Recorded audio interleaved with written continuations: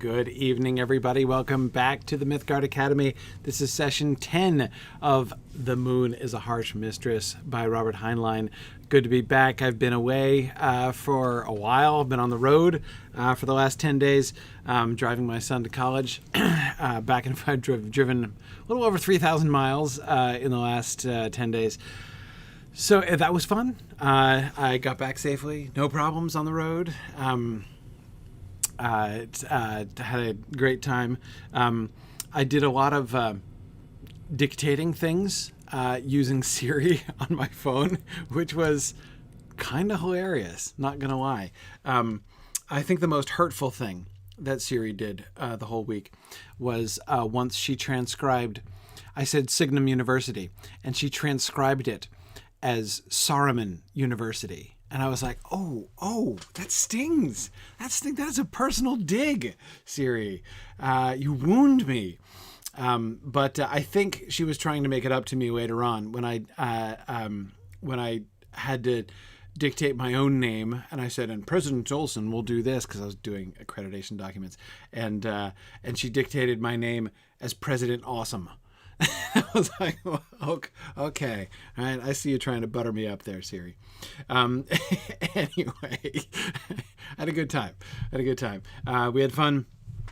My son is safely deposited at college, and a rumor is attending classes, so we'll see. But really glad to be back. So here's the itinerary from here. This today should be the antepenultimate class. We're 2 sessions after this, so we get tonight and then 2 more. And then my plan is that we'll be done with The Moon is a Harsh Mistress at the end of that time. And then we will right away, without a break, start The Nature of Middle-earth. I've been shooting for that. That's a week later than I'd originally planned, which is pretty good. That almost counts as on schedule, really. But anyway, that's what I'm shooting for. So we'll see. So we'll jump in pretty quickly there. Just quick reminders before we get going. Just to remind you that New England Moot is now, as of today, 1 month away. September 25th, Saturday, September 25th is going to be New England Moot in Durham, New Hampshire. A lot of signups for this already. Really looking forward to this getting together in Durham, New Hampshire. And of course, you can also attend digitally if you would like. And then we have Middle Moot in Waterloo, Iowa, that is coming up on the 9th of October. So those are our 2 definite, most imminent upcoming moots. Looking forward to connecting with folks there. The last thing I just wanted to, not exactly an announcement, but we've been talking to homeschoolers for our Signum Clubs program, and I just, if you know of anyone who would be interested, we've been talking specifically to homeschool groups about using our Signum Clubs program, especially for language options. I know that one of the things that small schools and homeschoolers, like small private schools and homeschoolers alike, often struggle with is finding, a good variety of foreign language instruction. And our clubs program is actually kind of awesome for that. We can do. We have a large number of languages: French, Spanish, German, Gaelic, Japanese, Latin, New Testament, Hebrew, New Testament, Greek, Hebrew, and Old Norse and Old English.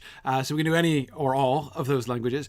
We actually have we have recently begun partnering with a local private school here in New Hampshire. We're running their Spanish program this year, which is really cool. I was just hanging out with them earlier this evening.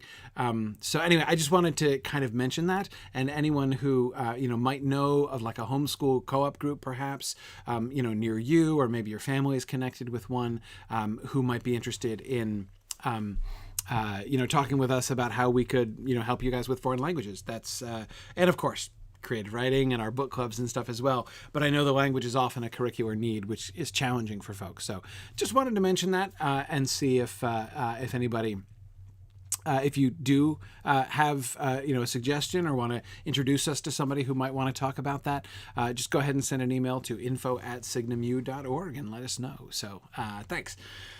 All right, let us move towards the great crisis, which of course the revolutionary leaders are attempting to accelerate in every way that they can. We'll see if we can get to the battle on the moon, the invasion of the moon. That's my goal for tonight, to get to the invasion. But first, we were in the tail end of the reveal, right? When Prof and Manny get back to Luna from Earth, right on their way back, like right, when they're actually in the spaceship on the way back to the moon, is when Prof finally comes clean with Manny and tells him what their goal really was, right? And that's what we were in the middle of looking at. Why was it that they were not honest with Manny, what they were attempting to do? And we saw how Prof was actively attempting to antagonize them, right? Wanting to ensure that whatever happened, there was not a reasonable solution. Hey, that's a good idea, James. Thank you for pointing that out. Battle in the Moon, Earthworm. Yes, you're right, Arthur. Absolutely. Let's jump back into this. First, a couple things I wanted to kind of skip around to, because before we got back into the middle of that discussion, and I didn't want to interrupt it, but I did want to pick up on a couple brief passages related to an issue that we've been looking at before, and that is thinking more about Manny's relationship, or Manny's reactions to cyborgs, as a really interesting data point on the question of like who is and who is not a person, and thinking about, we've talked about Manny as, himself in his own body, representing, being kind of on the frontier between human and machine, and that he has a persistently negative view of cyborgs. This was from his conversation with the dude from Great China down on Earth. The guy says, I don't visualize that. He's talking about the trajectories of how they launch stuff from the theoretical catapult on Earth and to get it up to the moon. Neither do I, Doctor, but excuse me, but isn't there an exceptionally fine computer at Peiping University? And if there is, did I detect an increase in bland inscrutability? A cyborg computer? Pickled brains? Or live ones? Aware? Horrible either way. So the Mike gaining awareness and personhood from Manny, seemingly unquestioningly at the beginning, as we saw, is fine, right? Humans having prosthetics is fine, but this kind of deliberate connection, right? Deliberate merging or blurring. Is it a blurring of the line? Is it just a merging of the two? However you do it, right? A cyborg computer. Remember, he had alluded to this. Manny had alluded to this possibly. There were rumors that down on the Earth, the Chinese were experimenting with this, that they had a computer, which it does kind of sound like he's a little bit fishing towards, right? Isn't there an exceptionally fine computer at Peiping University, right? Can he, he's going to like reveal anything about that special computer? Whether it's pickled brains, so a computer that is somehow utilizing inert I guess, brain tissue as part of its processing unit is one theory, I guess, that, Manny has about how it might work. Or maybe there's a brain that's being kept alive, so you've got a living human brain that's connected to the computer and working as, again, a processing unit in some way.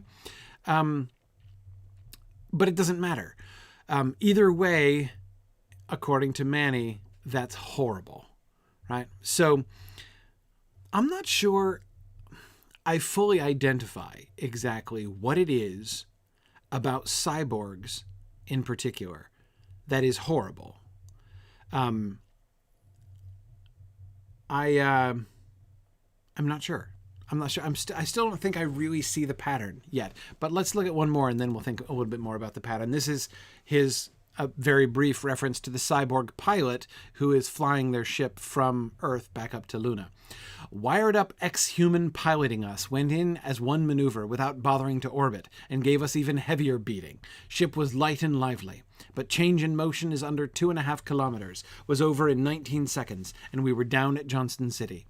I took it right. Just a terrible constriction in chest and a feeling as if giant were squeezing heart, then was over, and I was gasping back to normal and glad to be proper weight. But did almost kill poor Prof. Mike told me later that pilot refused to surrender control. Mike would have brought ship down in a low-G, no-break-a-meg, knowing Prof was aboard. But perhaps that cyborg knew what he was doing. A low-G landing wastes mass, and Lotus Lark grounded, almost dry. Okay, so two interesting things about the cyborg pilot here, right? Wired up ex-human is how he characterizes him, right? Wired up ex-human. So the cyborg has ceased to be human in Manny's opinion, like in Manny's view, right? This is not a different category of human. And again, this is especially noticeable, not only because Manny is himself so machine friendly, but also so generally accepting of humans. Right? I mean, there's the one of the trends that's been very clear from the beginning is this sort of like the extent to which loonies don't even understand. This of course came up again while he was on Earth. We didn't look at these passages in detail, but like the ones where he was like they don't even get racism. Like they don't, he finds it so odd, right, that people care that there are different colors of skins of people in his family, right? Anyway, so I mean, the idea that Luna is this place where anybody is accepted, and it doesn't matter who you are, and it doesn't matter where you come from. Those two things, his Manny's particular sort of pro-machine perspective, pro-computer perspective, and the general accepting of everybody-ness, right, of Luna, make his attitude towards cyborgs particularly noticeable. It just jumps out at me. I mean, I'm trying to think of anything else. I mean, yes, he hates earthworms, right? He's biased against earthworms. He has an anti-earthling bias, but that's kind of different. It's not the same as this, right? Wired up ex-human. And so just that by itself sounds dismissive. That is like scornful, right? And it would seem at first from the rest of that paragraph that he's basically saying, this wired up ex-human was screwing everything up, right? He almost killed Prof. The concession in the second paragraph is interesting, though, right? The pilot refused to surrender control. That's by itself an interesting point, by the way. That is, the pilot might be a wired up ex-human, but it still has free will, right? I mean, it still would seem to be, is it? You'd think at least as much of a person as Mike is, right? Is the cyborg pilot aware of itself, right? Is it making its own choices, right? Is it alive in the sense, thinking of the ways in which we were looking at, and Manny was attempting to define or think through what it meant to be alive, what it meant to have consciousness. If Mike does the cyborg pilot not? We see it acting independently, right? It refused to surrender control to Mike, right? So it maintains its autonomy there.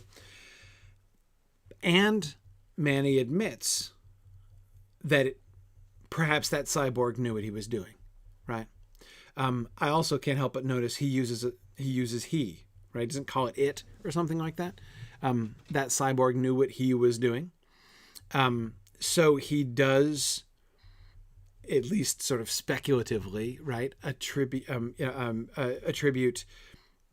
some kind of awareness, or that doesn't attribute personality, but choice, certainly.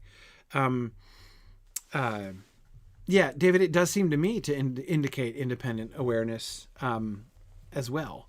And I would think that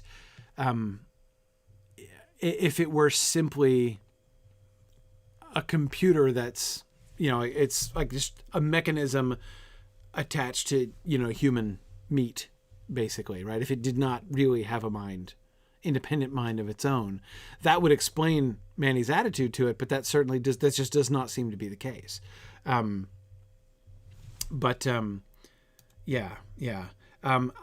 agree, Stephen, that this decision that the cyborg is making here doesn't necessarily, as Stephen is pointing out, that nothing about this particular decision suggests anything beyond calculation of variables. Yes, that's true. I mean, it's not like this is a decision that screams personhood, right? You're right about that.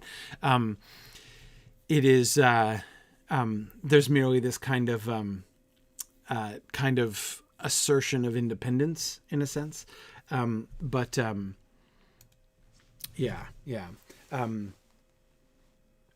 Stephen says, Manny lost his arm and used a machine to replace it, but he's a person with machine parts. Yes, agreed.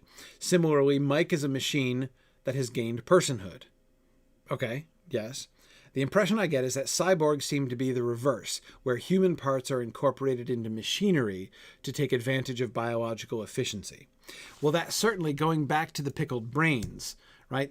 That seems clearly, whether they're living or dead is the only question that he doesn't, he doesn't know if it's true, right? But either way, it would be horrible. It doesn't matter, right? Whether you're just using inert, the fact that a brain is being kept alive and aware, right? Therefore, in some sense, retaining its personhood, right? I mean, if you've got a living brain that's aware of its surroundings, that's aware of itself, and it's hooked up to a computer, how's that different from Mike? I mean, apart from the fact that it's made of meat instead of semiconductors, right? That would seem to be almost exactly like Mike, right? But it's horrible to Manny. So yeah, Stephen, it does sound to me like, the incorporation of human parts, even if it's a brain, even if it's an aware brain, right? That is not okay. So maybe it is in that sense like the direction that it's going, Stephen. If you like a Mike arising out of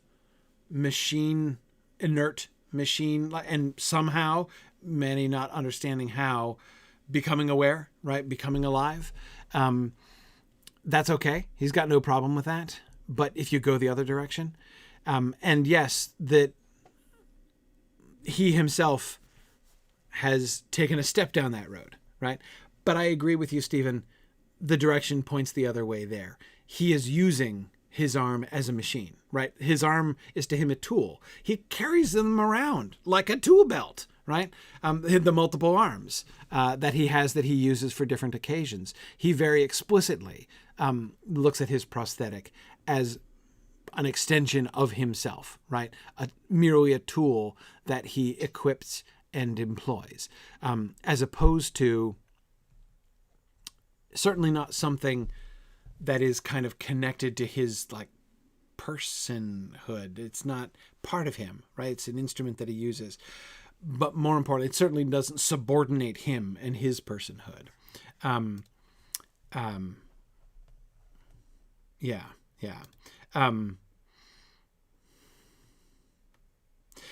Well, Tomas, that's exactly the thing. One would think that it is possible that if the living aware brain connected, possibly theoretically connected to this computer at Peiping University, if it retained memories, right, if it were aware in some way, perhaps through, again, if it's plugged in to computer circuitry, presumably it could be aware of things, again, just like Mike, right? Again, it could be exactly like Mike, except for the fact that at the core of the processing power of this thing would be a living brain instead of semiconductors, instead of circuitry.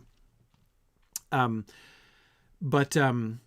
you're right, Tomas, that it is conceivable that you could just consider that a living person, right? A living person aided by mechanisms.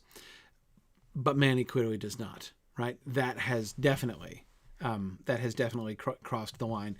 And Michelle, I tend to agree with you there. Michelle is saying he perhaps thinks that the brain would be enslaved to the computer. And it's that slavery component that repulses him. Michelle, of course, your use of the word slavery is really interesting, right? Very apt, because that really ties it into the entire theme of things, right? Is that so, the human part of a cyborg is to the mechanism as, Luna was to the authority, right? To the Lunar Authority. Just as so the Lunar Authority as this external mechanism that is exploiting and, it's enslaving, right? It's like the wires that are plugged into, the Luna is like the human brain, right? Which is being utilized, which is being exploited, which is being enslaved. And that's, in a sense, how he understands the cyborg relationship. It would certainly, that idea, Michelle, certainly does, I think, makes a lot of sense of it, in the sense that it makes this consistent. This thing I was struggling with most, was that he seems like prejudiced against cyborgs in ways in which Manny is just not prejudiced anywhere else. It doesn't fit the rest of his character, but that would fit, right? If that's how he understood it, that it is really like just an extreme form of exploitation. That would certainly be true of the person's brain, presumably, that was hooked up to the cyborg computer at Peiping University, assuming it exists. But is it true of the pilot as well? Did the pilot not sign up for this? Is the pilot being used, being enslaved? Whether or not he chose it of his own free will, the pilot. Maybe before the pilot became a cyborg, maybe he enlisted, right? Like, hey, be a cyborg pilot. Great, benefits. I don't know. Maybe it was the incentive program. I don't know.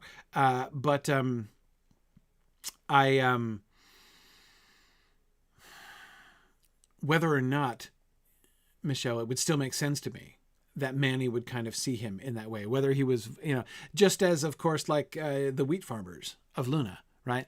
They want to continue sending grain. They are the ones who are least likely to stay on board with the revolution, the ones whom Prof is most concerned to continue to manipulate, right? But just because they voluntarily enslave themselves to the authority because they don't see any other option of how to support themselves, nevertheless, that doesn't make it, in Manny's view, less, an instance of slavery, I guess. Yeah, exactly. Jocelyn and Bruce both asking the same thing about, do we have any idea how the human? No, we're not given. I think we've now looked at almost. I don't remember any other references to cyborgs than the ones we've already talked about, which is why I wanted to pause and have this discussion now. This is all the references that I recalled. Maybe I've missed one or two, but I don't think we're going to get anything more in this book. So I figure we might as well have at it here. And it's interesting to me that we don't get any information about that, about how people become cyborgs. All we get is this harsh dismissal every time that cyborgs are mentioned by Manny. Yeah. So, yeah. Now, Michelle, I just keep coming back to your idea because that feels right to me. It feels right because it fits the pattern that we see everywhere else. It's the most satisfying reading that I've heard. Because yes, it's not to say I didn't mean to suggest a minute ago that the choice of the person wouldn't matter. Of course, it makes a big difference whether the person has been voluntarily or involuntarily made into a cyborg. But to Manny, in a sense, it wouldn't matter, right? A cyborg would sort of represent everything he most deeply hates and resents, right? He dislikes how loonies are treated by the man, right? Well, the cyborg is the ultimate illustration, right? The cyborg is like a metaphor, as I was suggesting, a metaphor for, loony society and its relationship to the authority. Remember the stuff back in the beginning about doing business with the authority, right? Everybody does business with the authority, of course, just like you do business with the law of gravity, right? It would be like saying, so as a cyborg, do you do business with, computers and mechanism? Yeah, of course you do, right? You can't do anything else. You're hooked up to that. And if you were to try to detach yourself from it, you couldn't even survive, which was what Manny thought at the beginning, right? He hated authority, but he wasn't contemplating a revolution because he didn't think it was possible. And for cyborgs, it would appear it is completely impossible. They could not live on their own. They're completely dependent, completely enslaved to this external thing, right? And so therefore they have given up, voluntarily, not voluntarily. But again, in either case, they represent, that sort of final surrender of autonomy, of personhood, of independent personhood. I think that works. Makes sense. Okay. Anyway, I don't want to go too. Sorry. I had just mentioning my subtitle there. That was another thing I found interesting about this. When Manny gets freaked out by cyborgs, one theory could be what's like an extreme version of the uncanny valley, right? Because you could say that a cyborg who is mostly actually human is closest to, remember that's the uncanny valley is when you have this sense of revulsion at something which is almost human, but not quite, right? And the closer it gets to human, the more it creeps you out until it passes another certain point. You could say that, again, the cyborgs are just like the bottom of the uncanny valley for Manny, right?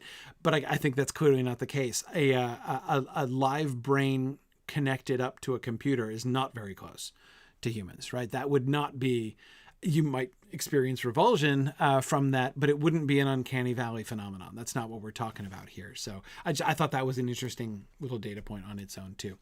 Anyway, okay, back to Prof and what they are doing and what they are doing specifically with Manny. You may remember before, at the beginning, when he was even in the midst of complimenting Wyo on her oratory, at the initial meeting, Manny rather dismissively said oratory is a null program, right? It doesn't really accomplish anything. Well, maybe not, right? This is in their reception when they returned to Luna. Prof's words reached more, nearly 3 million. Video carried scene to those who could not crowd into Old Dome. Cable and relay flashed it across Lonely Maria to all Warrens. He grabbed a chance to tell of slave future authority plan for them. Waved that white paper. Here it is, he cried. Your fetters, your leg irons. Will you wear them? No! They say you must. They say they will H-bomb. Then survivors will surrender and put on these chains. Will you? No! Never! Never, agreed Prof. They threaten to send troops, more and more troops to rape and murder. We shall fight them. Duh! We shall fight them on the surface. We shall fight them in the tubes. We shall fight them in the corridors. If die we must, we shall die free. Yes, yeah, da, tell 'em, tell 'em. And if we die, let history write, this was Luna's finest hour. Give us liberty or give us death. Some of that sounded familiar, but his words came out fresh and new. I joined in roars. Look, I knew we couldn't whip Terra. I'm tech by trade and knew that an H-missile doesn't care how brave you are, but was ready to. If they wanted a fight, let's have it. Interesting that once again, Manny shows himself here to be, he's the typical loony, right? He is the indicator for, if you want to know how a loony is going to respond in a situation, look at what Manny does, right? And this, of course, seems to be one of his functions, right? One of the reasons that they wanted him brought down, right? He's the perfect lunar representative and the perfect person for the loonies themselves, the rest of the loonies, to identify with, right? I mean, he is the quintessential loony. Yeah, exactly, David. You can know how a loony will respond in any situation without the bother of asking him. Exactly. Just see what Manny does, and then you know. That's exactly right. Prof's oratory here is extremely effective, right? And of course, he's doing a little recycling, right? And that's good, right? We've got some Churchill, we've got some, so we're pulling from World War II, we're pulling from the American Revolution, right? I love that line. Some of that sounded familiar. Yeah, it did, just a little bit. But yeah, Prof, of course, is a student of history, as we know. He knows those speeches very well and has deliberately repurposed them, just as he deliberately repurposed Thomas Jefferson, right, for their Declaration of Independence. I mean, this is a calculated move by Prof, right, to utilize. And notice again Manny's reaction. His words came out fresh and new. Yeah, he's recycling, right? But he's doing it really well, right? He is deploying these ideas. Notice how this is being kind of turned around, right? By turned around, I mean when they were on Earth, they were attempting to exploit different Earthlings, right, or different Earthworms' historical associations, playing up the July 4th thing, remember, in North America, right, in order to very actively invite the North Americans that they were meeting and talking to associate them with their own American Revolution. So they, the July 4th thing, they were working on now what's happening here, right? Now, Prof is doing it the other way around. Instead of trying to characterize the lunar revolution and take advantage of American revolutionary sentiment to try to raise sympathy with Luna, now he is exploiting the connections back the other way, right? Now he's importing from the American Revolution in order to further the lunar revolution. Yeah, Stephen, you're right. The loonies are rather used to recycling anyway, right? Yeah, absolutely. Yeah. You get your you get your water in a continuous cycle. You get your air in a continuous cycle. You get your rhetoric in a continuous cycle. It all works. Recirculated rhetoric. That's exactly what Prof is giving them here. But here's the thing I couldn't.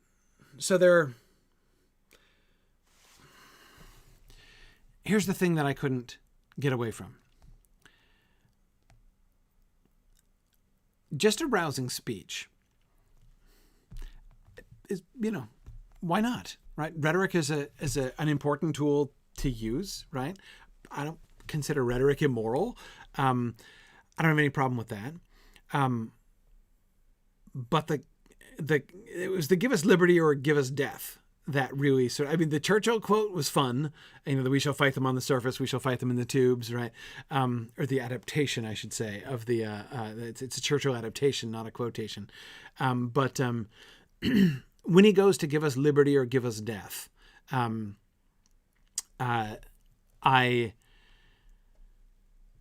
couldn't shake the connection back to the way in which because they were overtly manipulating, right? It wasn't true. The connection with July 4th did in fact turn out to be true. But in the next paragraph, they were talking about how, when they went to Mexico, they were like, oh yeah, no, it happened on Cinco de Mayo. Actually, that's totally when the revolution happened, right? They were perfectly willing to tell lies in order to manipulate the audience, right? By making these associations. We see him manipulating the loonies in a similar way. It's not the same. I don't want to lump those in too casually, because what they did, the kind of manipulation that they're doing down there in North America, is different from the kind of manipulation that he's doing here. But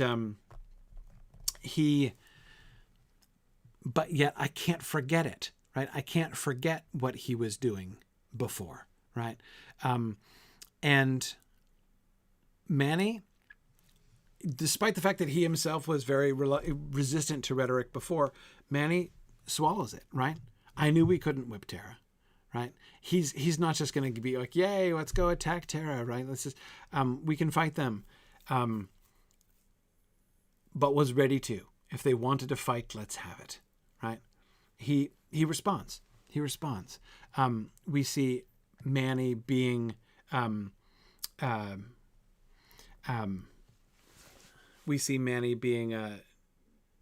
manipulated in a similar way, but of course that's part of the pattern of what we've been seeing, right?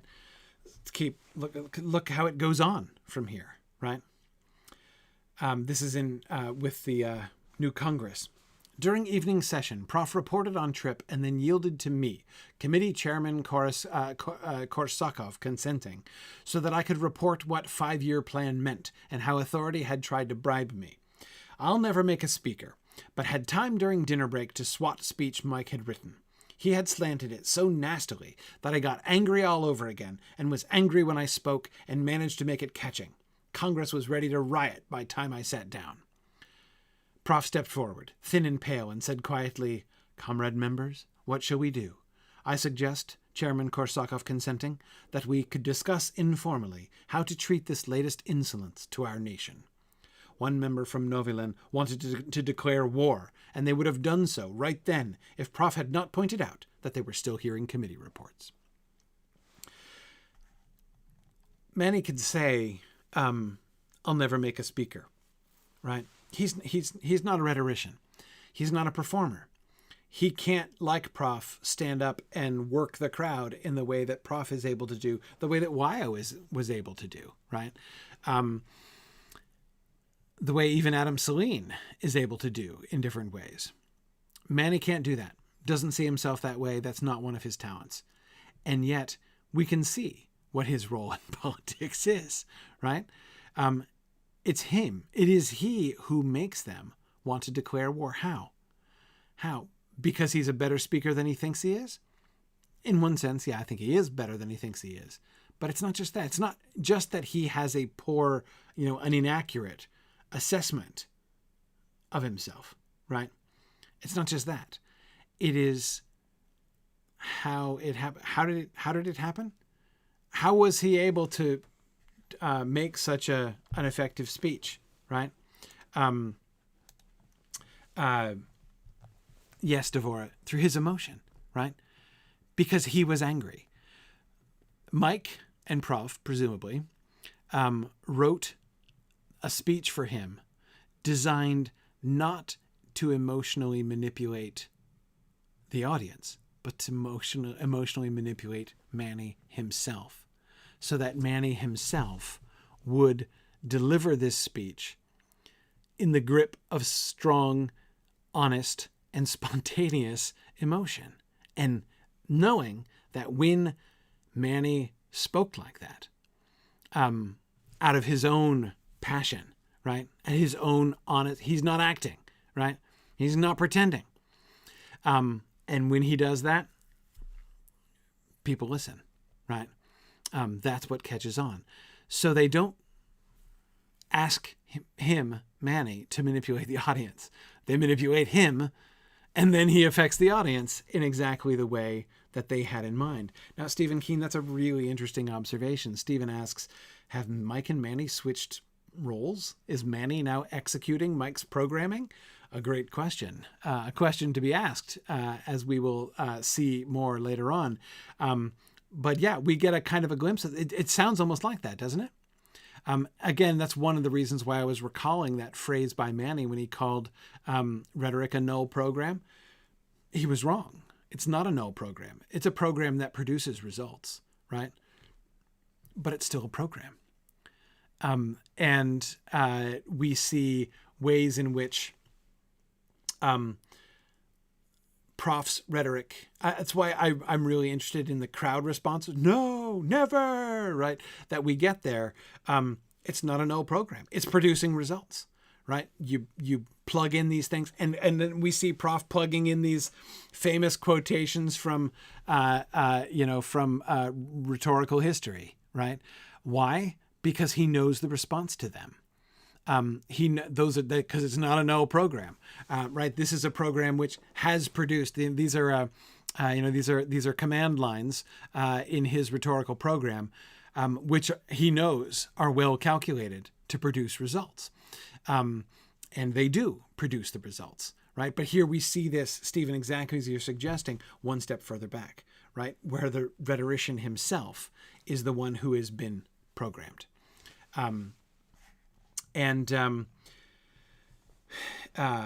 Here's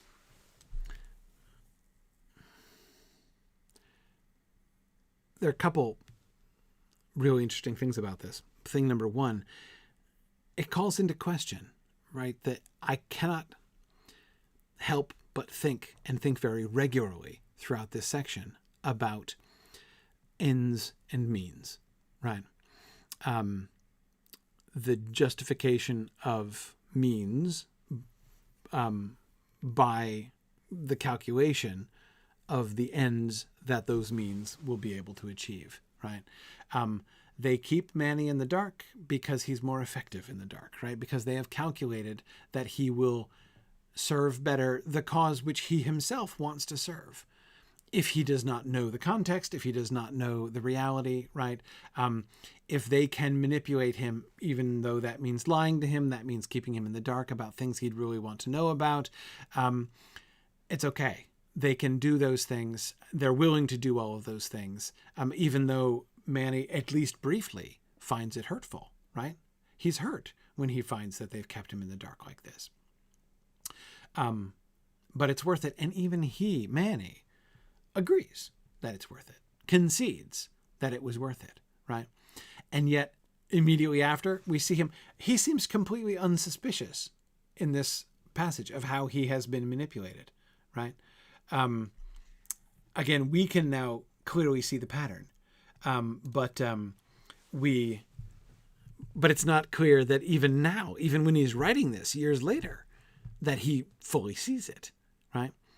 And that's kind of interesting, right? But here's the other thing. I can't help but remember the cyborgs. Especially, Michelle, if you're right, if it's about the enslaving of something, if the connection of a living brain to a computer is horrible, by Manny's word, what is he, right? Is he being used like the human brain? Because of his very genuine, very honest, very dependable, very trustworthy human reactions. Not only can they know how loonies are going to react just by looking out of the corner of their eyes at Manny and how he's reacting, but loonies will respond to him, right? Because he completely shares their perspective. And so when he is passionate like this, he can make them passionate as well, right? So, yeah, does that make Manny the human brain that's being used by the computer? or is it the one using the computer? Is it horrible either way? How horrible is this? How uncomfortable should we be about Manny's role, which increasingly, even in passages like this, we can see through, even though Manny himself, as narrator, doesn't seem to see through it. And that's what I was, of course, talking about before, when I was talking about how it's not that the narrator exactly becomes unreliable, but I just love the way that Heinlein accomplishes this, the way that he can get us to distance ourselves from Manny as narrator, and that now we see through and around the things that Manny is actually telling us here. Okay. This is still back in his. This is back again to his conversation with Prof as they're in the ship. Prof has just said that they're going to continue sending grain. You told them shipments would stop at once. That was a threat, not a moral commitment. A few more loads won't matter, and we need time. We don't have everyone on our side. We have only a minority. There is a majority who don't care either way but can be swayed temporarily. We have another minority against us, we have another minority against us. So there's the minority on their side, there's the majority in the middle that don't care either way, and there's the minority against us, especially grain farmers whose interest is never politics but the price of wheat. They are grumbling but accepting scrip, hoping it will be worth face value later. But the instant we announce that shipments have stopped, they will be actively against us. Adam plans to have the majority committed to us at the time the announcement is made. How long? 1 year? 2? 2 days, 3 days, perhaps 4. Carefully edited excerpts from that 5-year plan, excerpts from the recordings you've made, especially that yellow dog offer, exploitation of your arrest in Kentucky. Hey, I'd rather forget that. Prof smiled and cocked an eyebrow. I said uncomfortably, okay, if we'll help. It will help more than any statistics about natural resources. Again, we see Manny signing up for it, right? We see him agreeing. He doesn't want to be utilized this way.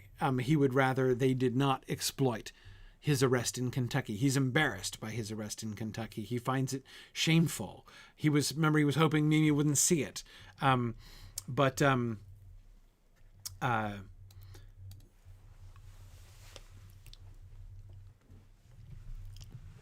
he's willing, right? Because he agrees with the ends, right? Yes, it's for the cause, right? It's for the cause. Okay, well, if it's for the cause, then that's okay, right? Now, it's right after this that Prof is going to deliver that speech, right? That speech which is calculated to sway the majority, right? To bring the majority around so that the minority against them, especially the grain farmers, are not going to be able to make enough headway because they will have the majority on the revolutionary folks will have the majority on their side, but they have to act fast within a couple days. And David, I agree. It is a little uncomfortable how Prof is going yellow journalism here. Carefully edited excerpts from that 5-year plan, excerpts from the recording you've made, especially that yellow dog offer, exploitation of your arrest in Kentucky. He is committing himself, as they've been doing all along, to a whole-scale campaign of the manipulation of the fraudulent manipulation of public opinion. They're not just biased in their reporting. They are editing everything to make everything sound as bad as it can possibly be, right? The word which Manny often uses, the verb that Manny often uses to describe it is slant, right?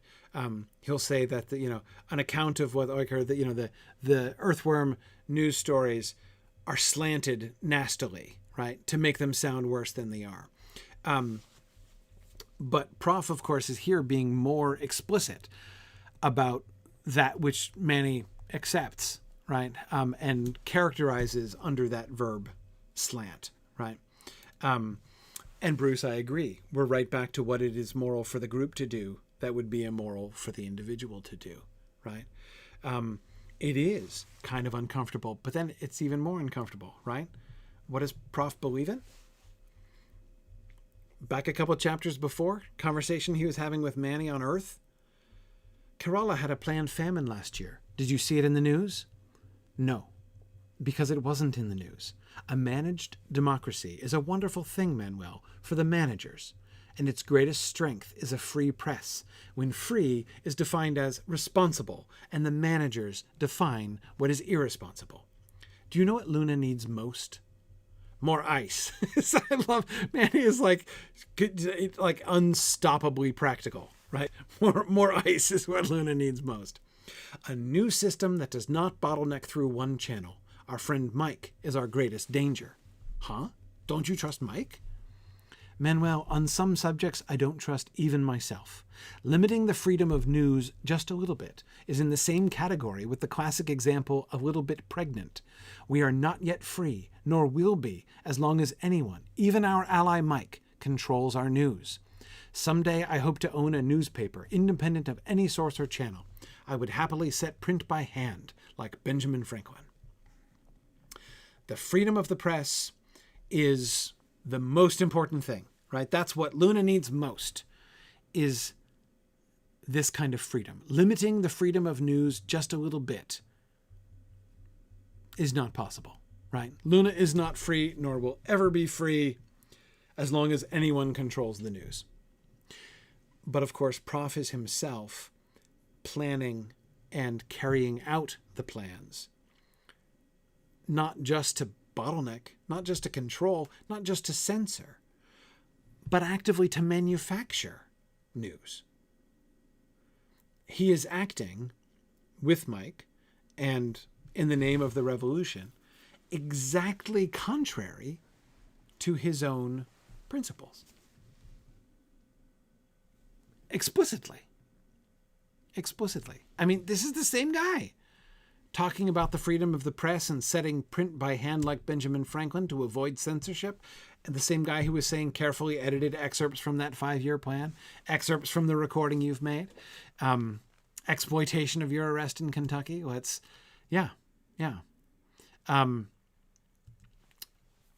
More. But no longer worried about new Congress. This is when he's hearing about, Manny's hearing about the elections, right? Which they also didn't consult him about. Prof had not slipped them a cold deck, but one that was frozen solid. Then ducked earthside while crime was committed. No use asking why-o. She didn't even need to know what Mike had done, and could do her part better if did not suspect. Nor would anybody suspect. If was one thing all people took for granted was conviction that if you feed honest figures into a computer, honest figures come out. Never doubted it myself till I met a computer with sense of humor. Changed mind about suggesting that Stu be let in on Mike's self-awareness. 3 was too many. Or perhaps 3. I started to say, and changed to, my word, sounds efficient. How big did we win? Adam answered without expression. 86% of our candidates were successful. Approximately what I had expected. Approximately my left arm, my false left arm. Exactly what expected, Mike, old ironmongery. Withdraw objection to a noon session. I'll be there. Okay.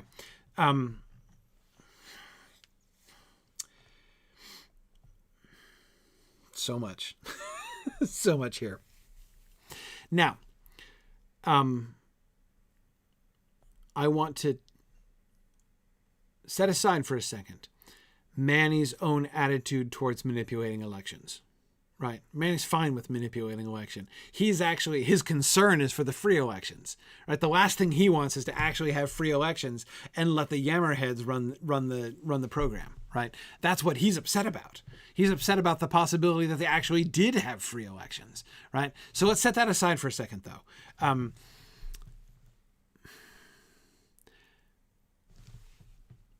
Let's talk about Prof first. Prof, once again, Mr. Anarchy, right?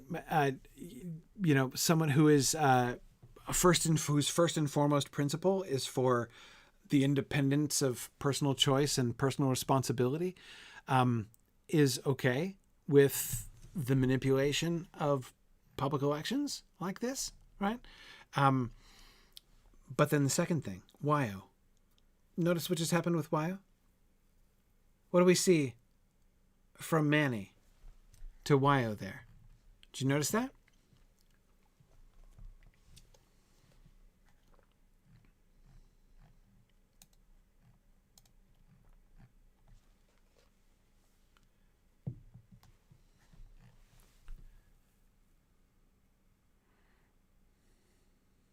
No use asking Wyo.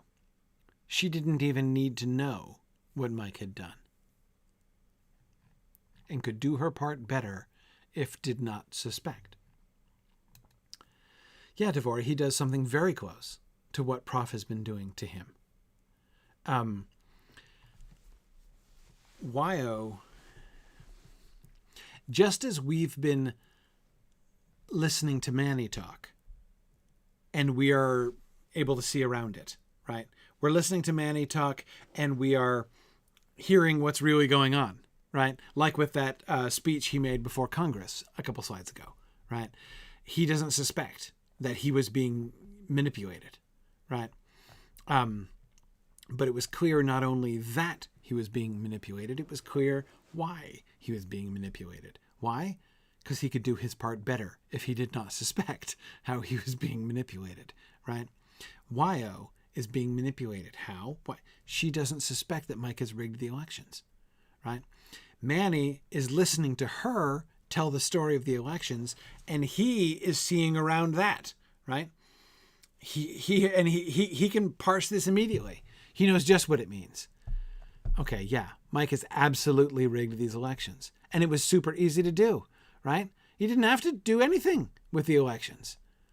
Let them proceed. They had this whole system, which Wyo was really proud of, right? Where they confirmed everybody's identities, and then everybody voted, and made sure that the votes got entered just as they voted them and everything. And then what happened? And then Mike made sure that the results came out exactly as he wanted them to be. And Manny knows for a fact that that's what happened, but he doesn't. He knows there's no use asking Wyo about this because she wasn't even in on it. She doesn't even suspect it. And she shouldn't. He shouldn't even mention it to her because it would be harder for her to do her job if she knew.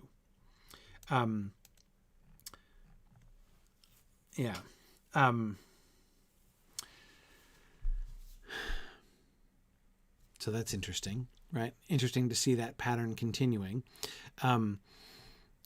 Manny is not just a victim of this, right? He not only agrees with it when it comes out, like is okay with being manipulated like this in those occasions in which he is told what's happening, but he's also comfortable doing it to others. But now let's think about Manny's relationship with elections, with free elections, right? He's delighted to find that Mike has rigged the elections. That's just what he would have wanted, because he doesn't trust people. He freaks out when he thinks that they held free elections.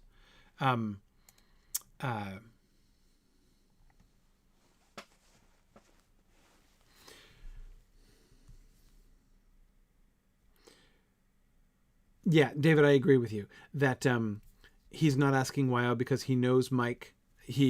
Manny knows Mike, and Prof wouldn't have told her. Yeah. Agreed. Anyway, okay.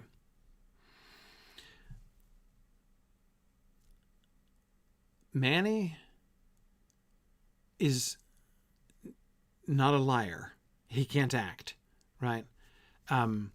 He is honest. Remember when Manny, or in that conversation that we looked at last time, where Prof and Manny are talking on Earth, and Prof says that Manny's honest, right? And Manny says, I'm not too honest, right? He knows they're lying. He knows they're cheating. He knows they're stealing. He knows they're manipulating people. He knows they're rigging things. he's fine with that. Manny's been fine with that from the beginning, right? We saw references earlier on to twinges of his conscience, especially about the stealing from other loonies, not stealing from the authority. Everybody does that. That's a good thing, right? But stealing from other loonies. He had twinges about that. He has no twinges about this. Again, he's actively relieved when he finds out that the whole thing was a sham all the way through. He does not, Carrie, he does not believe in democracy. Absolutely not. Absolutely not. He doesn't care, doesn't have any twinges, it seems, about the manipulation of the news, right? The wholesale lying to the people of Luna, right? He didn't seem to have any problem with trying to incite them to bad behavior, which would often result in their deaths, right? With the Peace Dragoons earlier on. He seems generally comfortable with using the most efficient means to achieve the ends that they agree are good ends to achieve, right? Again, the reason he seems alarmed at the idea about the new Congress is that if they actually had free elections, they could lose control over this. And he's not interested in his own power. It's not about that, right?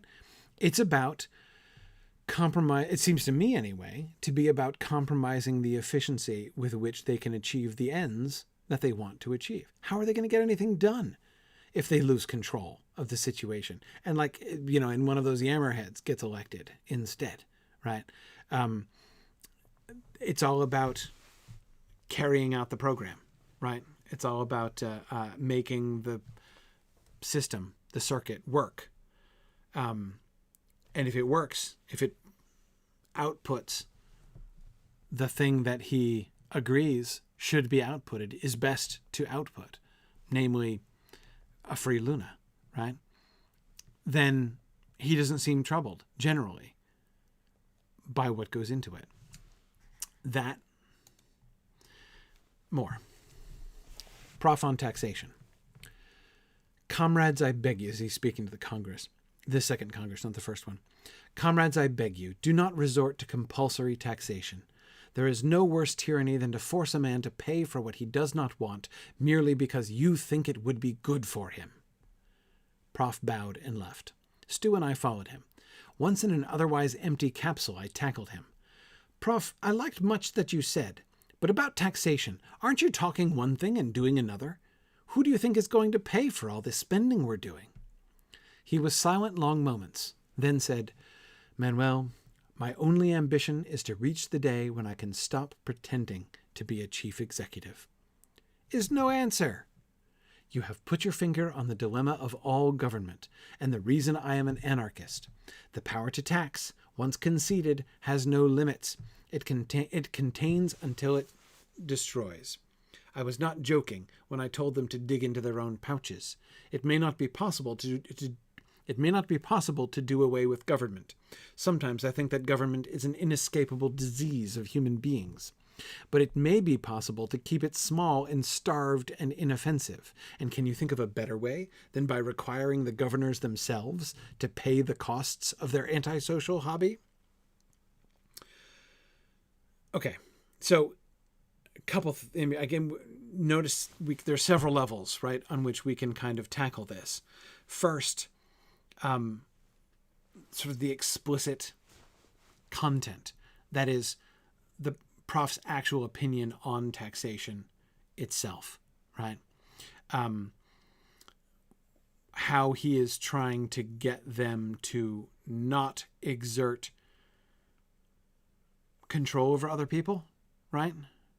There is no worse tyranny than to force a man to pay for what he does not want merely because you think it would be good for him. Oh, wait, actually, I have some nominees. Right? What about what might be a worse tyranny than that? How about trying to force a man to fight and die for something that like isn't that you manufactured, right? I mean, it's not the same, right? It's not the same, but the way that he is, compulsory taxation is tyranny, right? One person ruling over and dominating another. He himself was saying the freedom of the press is the only real freedom, right? Luna will never be free until it has freedom of the press. That censorship and control of information is itself like a kind of tyranny because it deprives people of the full use of their own choice. The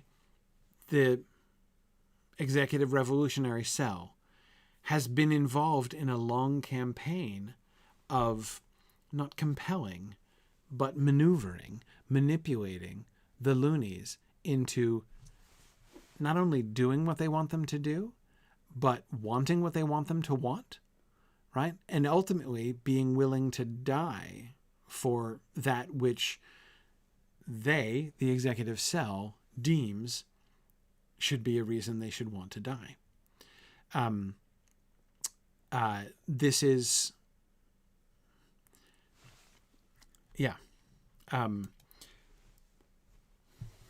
tyranny, right?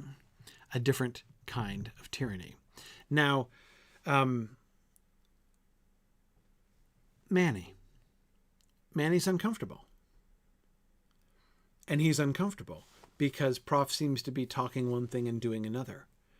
And here he's just talking about money. I mean, you're saying taxation is bad, right? But who do you think is going to pay for all this spending we're doing, right? I mean, we get money. We get money out of people, right? Is what we're doing with money better than this? Like, how can you do that? Like, aren't you talking one thing and doing another, right? But of course, he's not even thinking about the bigger thing. Manny seems to have kind of brushed off Prof's speech about Benjamin Franklin, right? And setting type by hand and all that kind of thing, right?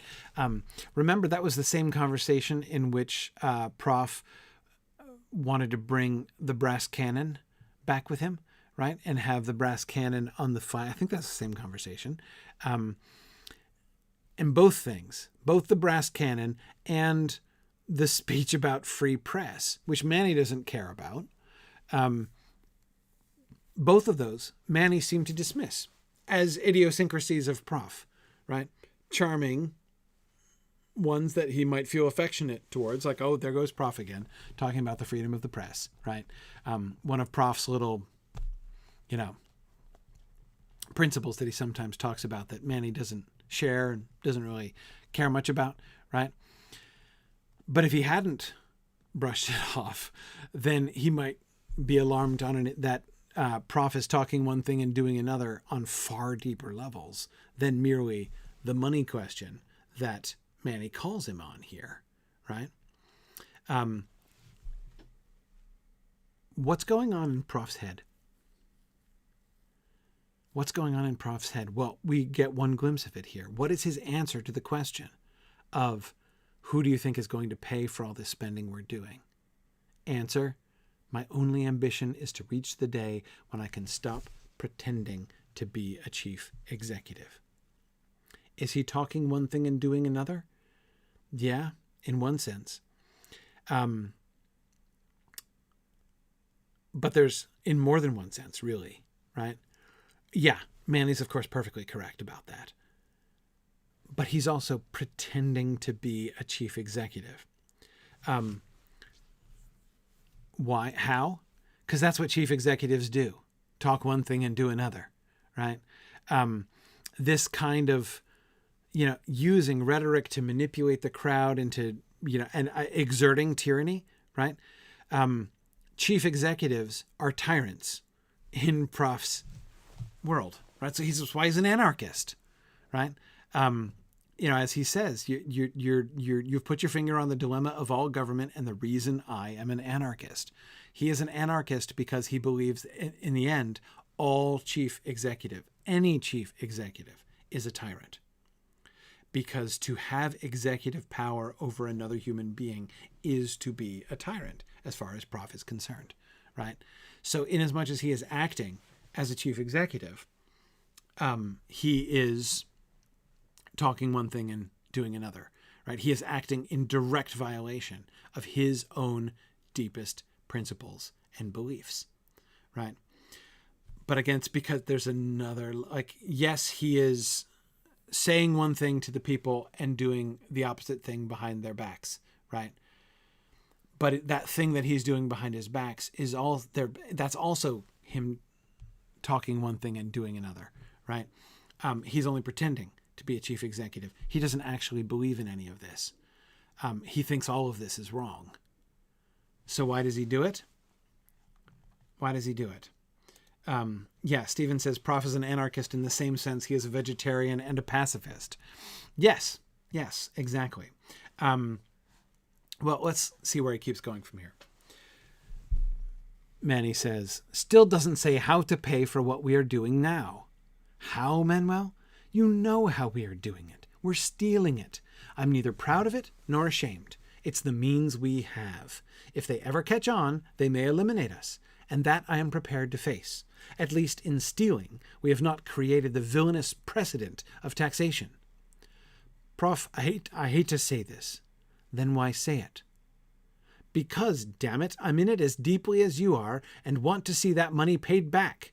Hate to say it, but what you just said sounds like hypocrisy. He chuckled. Dear Manuel, has it taken you all these years to decide that I am a hypocrite? Then you admit it? No, but if it makes you feel better to think that I am one, you are welcome to use me as your scapegoat. But I am not a hypocrite to myself, because I was aware the day we declared the revolution that we would need much money and would have to steal it. It did not trouble me, because I considered it better than food riots 6 years hence, cannibalism in 8. I made my choice and have no regrets.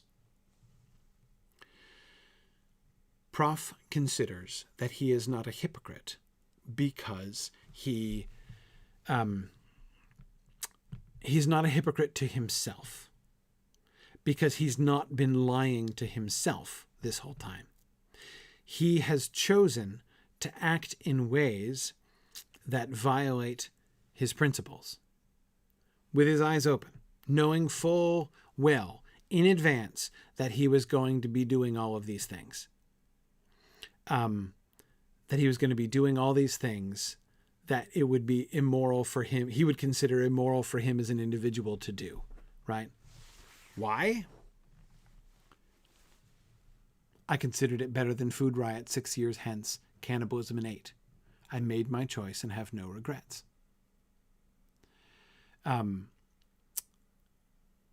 He uses the word explicitly, right? It's the means we have, right? He believes in the end.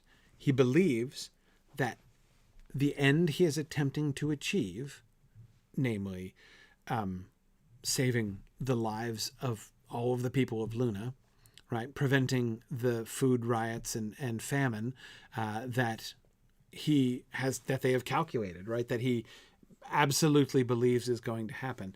This is the means that is required in order to bring about that good end. And therefore, we must do it. It's the means we have. If we have to steal, then we steal. If we have to lie, then we lie. If we have to not just violate, but hang, draw, and quarter the freedom of the press, then we do it, right? That is where Prof is. How is that different from Manny's perspective? Manny's a little shocked by this, right? Is he a hypocrite? Yeah. Yeah, he is. He is. I mean, is he talking one thing and doing another? Absolutely. Absolutely, yes, he is, right? Again, sort of doubly as Gandalf might say. He's doubly a hypocrite. He's talking one thing, doing another, and believing a third, right? And none of those things are in line. Well, there's, in some ways, similarities between the opposite edges of that scenario, right? What he believes and what he says have a nodding acquaintance with each other, right? But what's in the middle, what he's actually doing in between the thing that he believes and the thing that he says in public, is in absolute total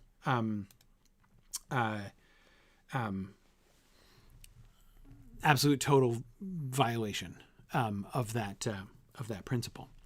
And David, I agree with you. I can't go along with Prof here. I don't understand that. David was saying this is an absurd argument. You can't dodge the claim of hypocrisy by saying that you knew you'd have to be one at the outset. Agreed. And I didn't expect him to go here. I expected him to, when he said, has it taken you all these years to decide that I am a hypocrite? Right. Remember Manny himself is like the business, Stephen Keen about his vegetarianism and his pacifism. Remember the joke that Manny makes about Prof making a good theologian, right? Manny knows this, right? And yet he's really uncomfortable with the hypocrisy, right? Seeing how deep the hypocrisy goes here, which again, I think we've seen that it's even deeper than Manny is aware of, right? Or that Manny has fully processed. And so it sounds like he is admitting it, as Manny suggests. But then he tries to turn it around and say, no, I'm not a hypocrite to myself. I'm not a hypocrite to myself. He believes that he is being consistent to his principles, because his principles say that, I guess, his principles say doing the right thing by any means, right? Pursuing any means to achieve a good end is permissible. He believes that. That's the thing. At the end of the day, I think that's the core thing. That's why Prof can say he's not a hypocrite. And not because he's not talking one thing and doing another. Of course he is, right? But because he's not betraying that core principle. I made my choice and have no regrets. The only regret he would have would be not pursuing any end that he could pursue in order to achieve this goal, because the achievement of this goal is the important thing. Right? I mean, that's how I'm understanding it. How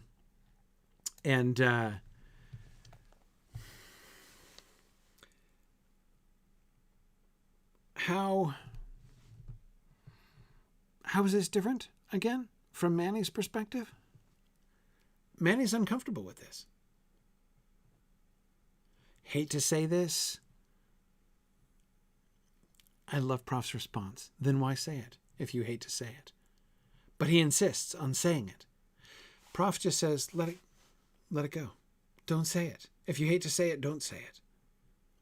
But he has to, not only does he feel that he has to say it, but he repeats the phrase again. Hate to say it, but, right?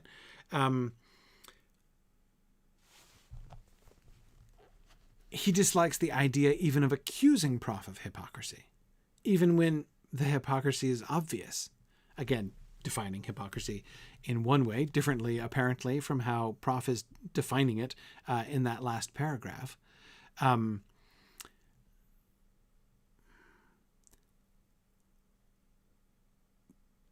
But he doesn't have a problem with rigging the elections. He doesn't have a problem with manipulating people. He doesn't object to any of their means, right? But he wants to pay the money back.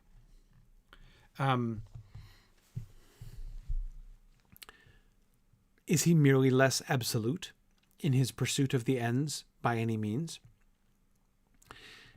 Is he just kind of temporizing more than Prof is, right? Like,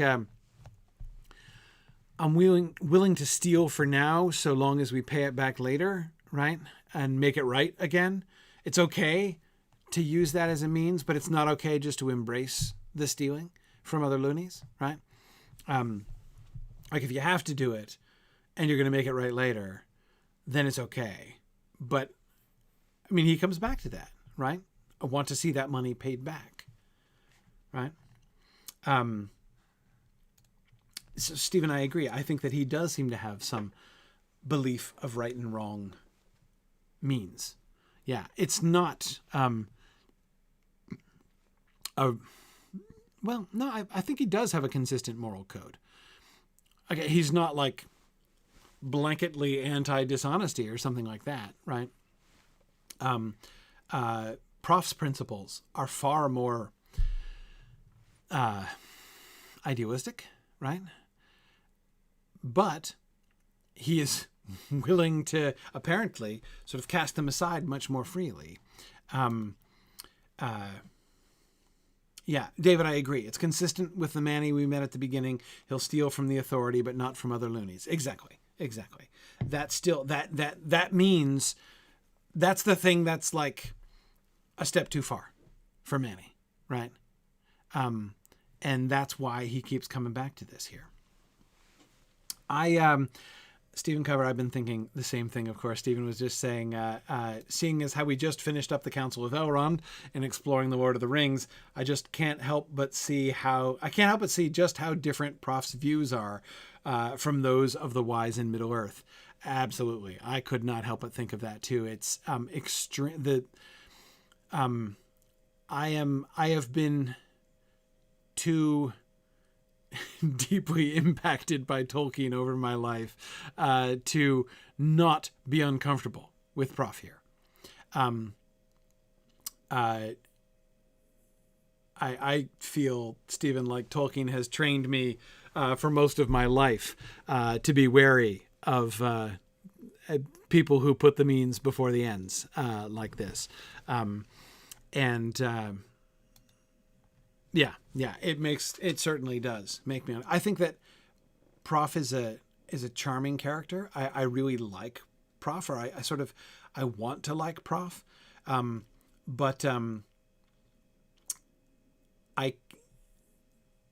have a hard time. I have a hard time with this, right? But once again, I come back to what I have been saying from near the beginning. I think that Heinlein does a really interesting job of kind of putting this stuff out there, right? I think, anyway, that Heinlein is not being extremely dogmatic about this, in a sense, right? Because he presents this.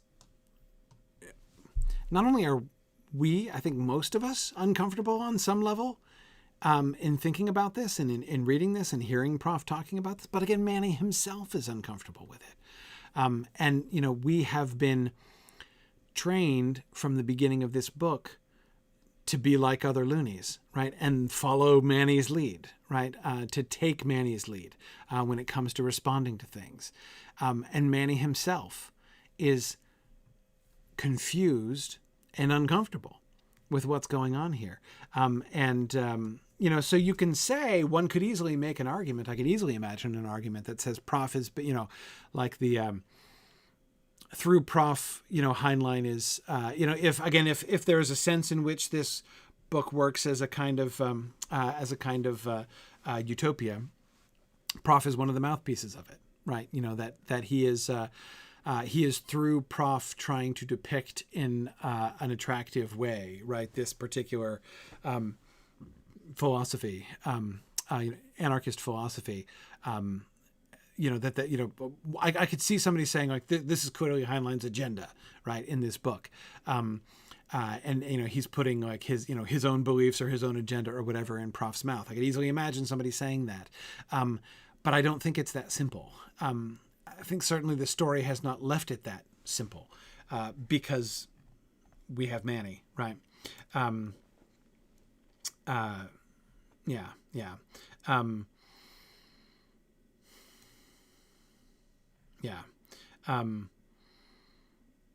Yeah, James says, Prof is more upset about the abstract principle of taxation than actual theft. If that's idealism, it's a weird species of it. Yeah, it is. It is. And again, but I guess, James, the thing that I would say is I find that there's a kind of disarming openness about Prof, right? He is, is there such a thing as a completely open hypocrite? I mean, that's at the end of the day what hypocrisy is, right? Pretending to be one thing when you're really something else. And in a sense, he's doing that. And to some people, he's doing, to the public, he's doing that. But not to the reader. And mostly not to Manny either, right? He's not pretending to be one thing. If you want to build arguments, if you want to build an argument that says the things that Prof does are horrible, right? Now, you always have to be careful when you're making moral judgments like that, when you're reading a book. Like, it's perfectly fine to have your own moral reactions to things, but you got to be careful not to just project them into the book, right? I mean, if it's just yourself, with your own personal moral framework, and not to mention, by the way, your earthworm biases that lead you to react in one way. Well, what does that say, right? Might tell us something interesting about you, but it doesn't say anything necessarily interesting about the book or the character, right? So you always have to look internally, right? Based on the internal, moral economy of this story, can we conclude that the things that Prof does are horrible? Like those things, those means towards the end, that those are bad means. If we wanted to build that argument, how would we build it? What evidence would we use to argue that the things that Prof does are wrong? If you wanted to build that argument, how would you build it? By quoting Prof, right? All the way through. Almost every piece of evidence that you would have clear evidence to point to that this is wrong, this is bad, we're supposed to be uncomfortable with this, right? Comes out of Prof's mouth himself, right? Which is, as I say, it's kind of disarming, right? And yet he is thoroughgoing and consistent in his embracing of this kind of not exactly hypocrisy, but certainly his willingness to compromise these deeply held principles for the sake of that yet deeper one, apparently, which is the choice that he made and has no regrets for, right? To save the lives of everyone else, it is worth it to betray all of his deepest held principles, even to the point of not just supporting a government, right? Not just establishing a government, but being a government, running a government, despite the fact that he's an anarchist, right? Which Manny, I think that goes over Manny's head, right? He doesn't realize how weird that is for Prof. How much that hurts Prof, right? To pretend to be a chief executive. Anyway, more on that subject. As he's transitioning to talking about the war and the government setup and stuff, he says, I don't know how much to tell. Can't tell all, but stuff in history books is so wrong. I was no better a defense minister than congressman. Not apologizing. Had no training for either. Revolution is an amateur thing for almost everybody. Prof was only one who seemed to know what he was doing, and at that was new to him too. He had never taken part in a successful revolution or ever been a part of a government, much less head. Again, there's an example of where he just kind of tosses this out like, yeah, of course Prof is the head of the government, not realizing how incredibly uncomfortable a position they are putting the dedicated anarchist in by making him the head of a government. Could you please not only be head of the government, but through the precedent of your actions, establish, government rule over Luna for all posterity? Yeah, like let's ask the anarchist to do that. Yeah.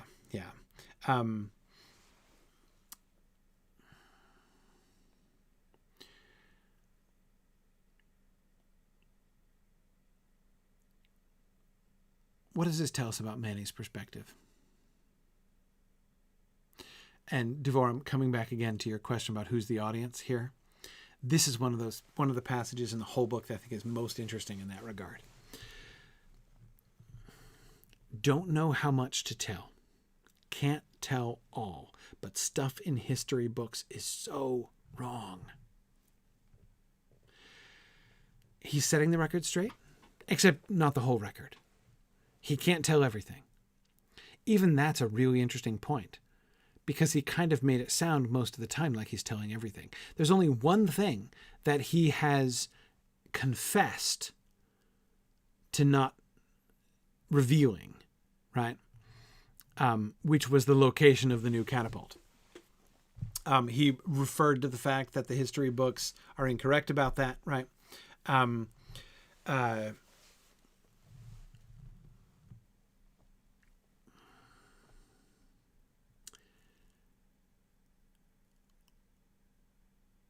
But that was the only one.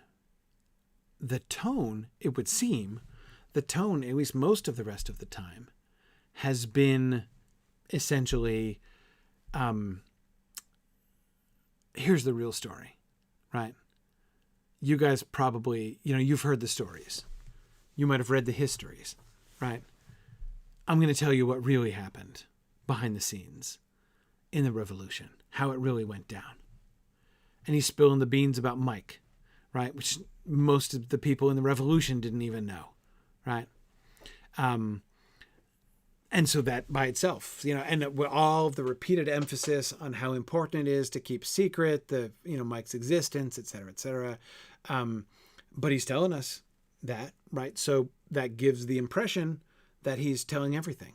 But now he's saying can't tell all. What's he not telling? What's he not telling? I don't know. I don't know anymore what he's not telling, right? And it makes me wonder why he's telling what he's telling. He admits he doesn't know how much to tell.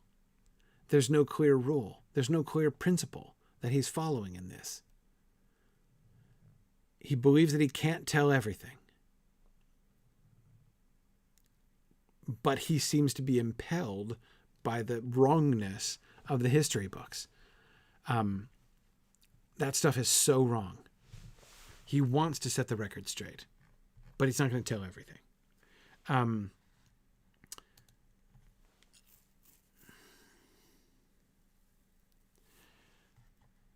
Devorah, I agree. Devorah says, I have to think he's talking to a younger generation of loonies, but what I can't figure out is why. What caused him to come out with the story? Devorah, that last sentence there in that first paragraph seems to me to be the clearest, most frank statement addressing exactly that thing that we've seen. Stuff in history books is so wrong. That seems to be what caused him to come out with the story. I don't know what, he can't take it anymore? But let's keep looking at that. Let's keep thinking about that as we move forward, especially as we get to the very end of the story. But this is a really, really interesting data point in that overall question.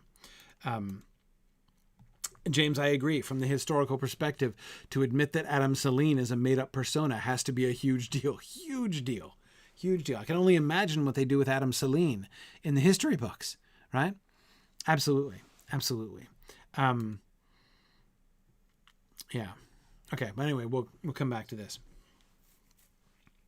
We're not going to get to finish the battle sequence, but let's do a couple slides and then we'll end. Because how this goes down is just fascinating. Remember the context of the setting. Manny gets caught without his pea suit, right?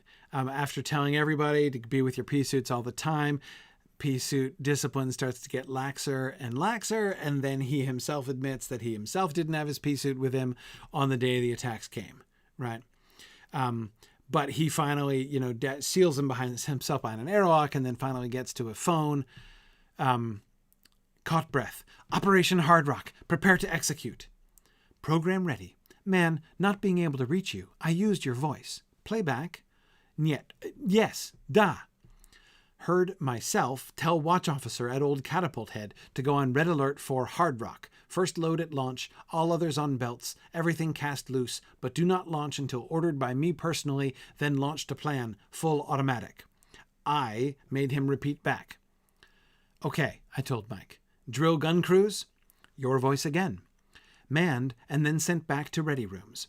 That command ship won't reach Aposelenian for 3 hours, 4.7 minutes. No target for more than 5 hours. He may maneuver or launch missiles. Slow down, man. Even a missile I'll see with minutes to spare. It's full bright lunar up there now. How much do you want the men to take unnecessarily? Okay. Manny was unprepared, right? Manny doesn't know what's happening.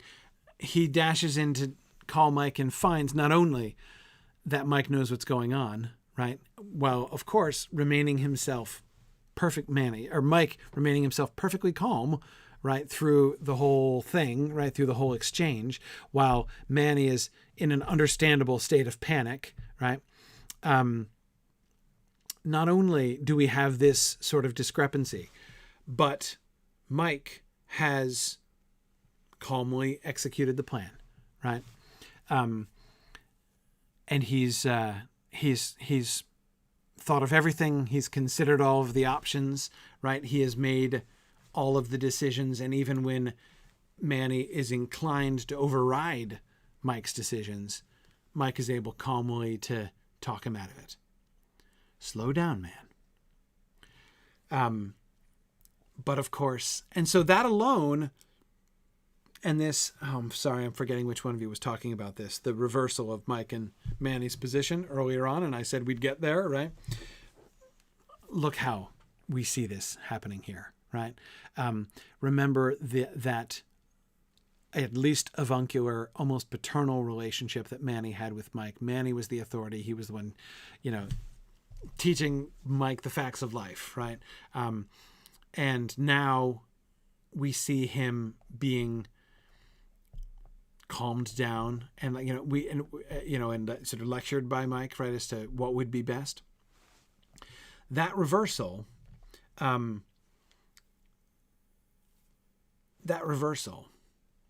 would be interesting enough, right? But it is deeply underscored and complicated by the fact that Mike is using Manny, right, as a figurehead throughout this whole thing. As I sort of jokingly said in my subtitle here, Manny thinks of everything, right? How did Manny respond at the beginning of the battle in corridors, right? The battle in corridors. That was a day in which Manuel O'Kelly Davis really rose to the occasion, didn't he? Right? I mean, it was Manuel O'Kelly Davis, right? General Manuel O'Kelly Davis, who, in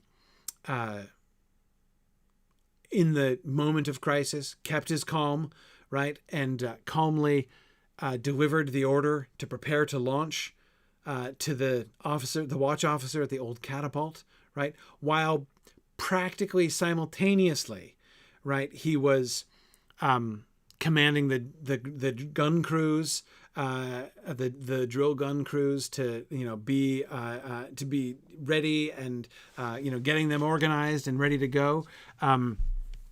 It's I mean, he did it all, right? He did it all. He was the man of the day. Manny was. They could never have won the battle without Manny. Except he doesn't do any of it, right? It's all Mike. Pretending to be him. Using his voice. And notice how that gets emphasized by do not launch until ordered by me personally, says Mike impersonating Manny, right? I guess that counts as hearing from Manny personally, right? Mike has said in the persona of Manny, don't launch until ordered by me personally. I mean, the irony of that, the sort of the dramatic irony of that sentence is really rich, right? And of course, as is the contrast between the real Manny behind the scenes and the fake Manny, the Mike Manny, right? The impersonation of Manny, who in fact keeps his calm and with incredible efficiency does all the right things to get everything in train, right? To repel the invaders. When the real Manny is panting and panicking and would have done the wrong thing, right? If Mike hadn't talked him into it. Stephen covered, you're right. First they created Adam Saline, and now Mike is creating a new Manny, right? Yes.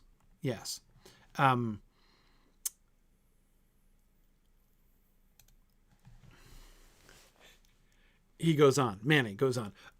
Sorry. Better let me talk to Greg. Playback, says Mike. Heard my voice talking to my co-husband at Mare Undarum. I sounded tense but calm. Mike had given him situation, had told him to prepare Operation Little David's Sling, which is the new catapult, keeping it on standby for full automatic. I had assured him that master computer would keep standby computer programmed, and shift would be made automatically if communication was broken. I also told him that he must take command and use own judgment if communication was lost and not restored after 4 hours. Listen to Earthside radio and make up own mind. Greg had taken it quietly, repeated his orders, and then had said, Manny, tell family I love them. Okay, so first, Mike is impersonating Manny in giving the orders, right? Now, Mike had done me proud. He had answered for me with just the right embarrassed choke. I'll do that, Greg. And look, Grego, I love you too. You know that, don't you? I know it, Manny, and I'm going to say a special prayer for you. Thanks, Greg. Bye, Manny. Go do what you must. Oh, this touching exchange. What might be the final farewell between the two co-husbands and oh my God, the final, give my love to the family. And what a touching moment, right? What a touching moment for which Manny is a spectator, right? He just witness, not an eyewitness, he's an ear witness, I suppose. He was a witness of a dramatic scene from his own life, right? What does he respond? So I went and did what I had to do. Mike had played my role as well or better than I could. Finn, when he could be reached, would be handled by Adam. So I left, fast, calling out Greg's message of love to Mum. She was pea-suited and had roused Grandpa and suited him in, first time in years. So out I went, helmet closed and laser gun in hand. What is he doing? I went and did what I had to do, which is apparently go charging out with a laser gun. Well, that's something Mike can't do, right? And we'll see more what he does with the laser gun and what he accomplishes with the laser gun later on. Anyway, what's Manny's reaction? Is Manny bothered? Doesn't seem bothered. He seems fine with it, right? Mike had done me proud. Mike had played my role as well or better than I could. I'm not sure that I think that Manny's upset about this. He seems to accept, just as he accepts Mike's correction when Mike is telling him to, don't command the men to go be out in the radiation for longer than they have to be when, it's that's not a smart move. He accepts that, right? Yes, Mike is correct. Mike is staying calm. Mike is correct. Mike handled all this just fine, right? Yeah, on the one hand, Mike it was impersonating. It was fake all along. And yet he had played his role as well or better than I could. Manny has no criticism to offer. He said all the things exactly that I would have said and in the way I would have said them. So fine. It's like I might, it saves me the bother of doing it myself. I don't think he doesn't seem troubled by this.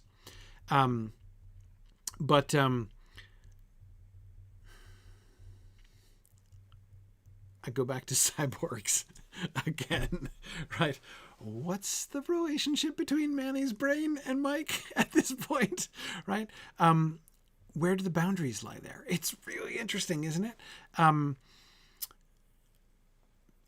Tune in next time, and we'll talk about what he does with the laser gun in his hand. And make sure next time, make sure I don't forget the title of section 3, right? What section 3 is called. Anyway, okay.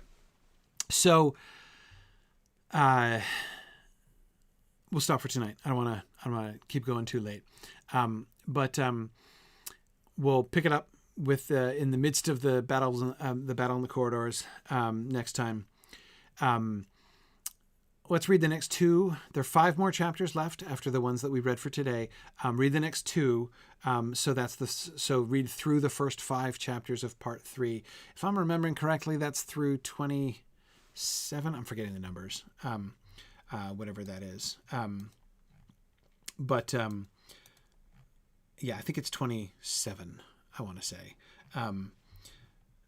Somebody can look it up and tell me if I'm right or wrong there. I think it is. I think it's through 27. But anyway, so yeah, so read through the next 2. So again, through the first 5 chapters of part 3. And we will hope to get through most of that next time. And then because we have 2 more sessions left, and then we will be done with The Moon is a Harsh Mistress. Thank you guys so much. This is a really fun discussion, and I look forward to seeing how things turn out and how these. I love how all of these sort of lines of discussion are really coming together here as we're moving through. This is pretty cool. So looking forward to seeing that continue as we move into next week. Thanks everybody, and have a good night. See you next time.